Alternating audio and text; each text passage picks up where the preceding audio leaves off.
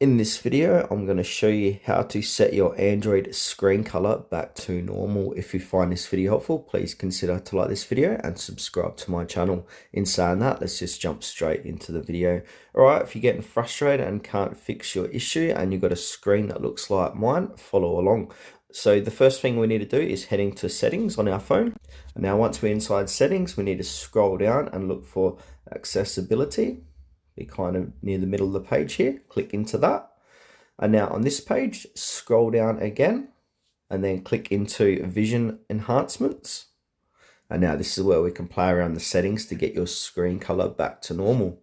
All right, so the first thing we need to do is click on where it says color inversion, toggle that off. And then under color inversion, we've got color correction. So just depending if you've got that on or off, just go ahead and toggle that off and then head back. And then from here, we'll just navigate back to the home page and you can see the screen color has been set back to normal.